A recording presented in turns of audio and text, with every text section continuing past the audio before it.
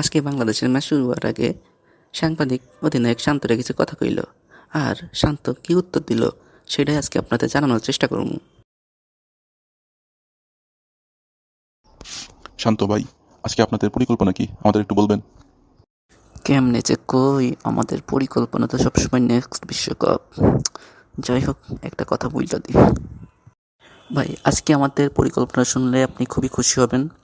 আজকে আমরা বিপক্ষ দলকে অ্যাকশনের ভিতরে আটকে দেব, এটাই আজকে আমাদের পরিকল্পনা।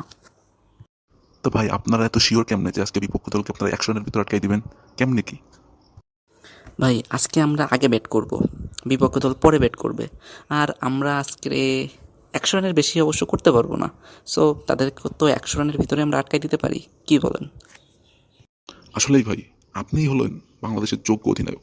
আপনার মতো বিচক্ষণ অধিনায়ক আমরা আর আগে দেখি নাই। আপনাকে অভিনন্দন।